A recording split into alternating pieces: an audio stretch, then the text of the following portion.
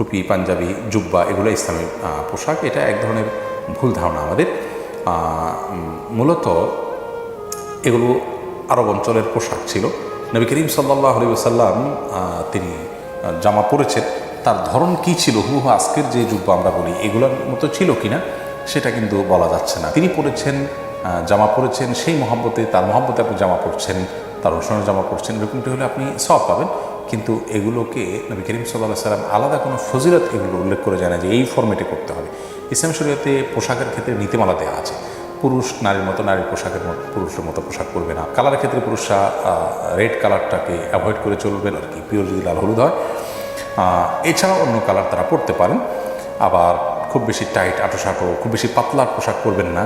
হ্যাঁ, টুপিটা নবী করিম সাল্লাল্লাহু আলাইহি ওয়াসাল্লাম পরেছেন, সাহাবা ইকরাম পরেছেন, তাদের মহব্বতে আপনি পড়লে আপনি সওয়াব পাবেন। কিন্তু এটা না পড়লে যে আপনার বড় কোনো গুনাহ হয়ে যাচ্ছে, বড় কোনো ক্ষতি হচ্ছে, বিষয়টি সেরকম নয়।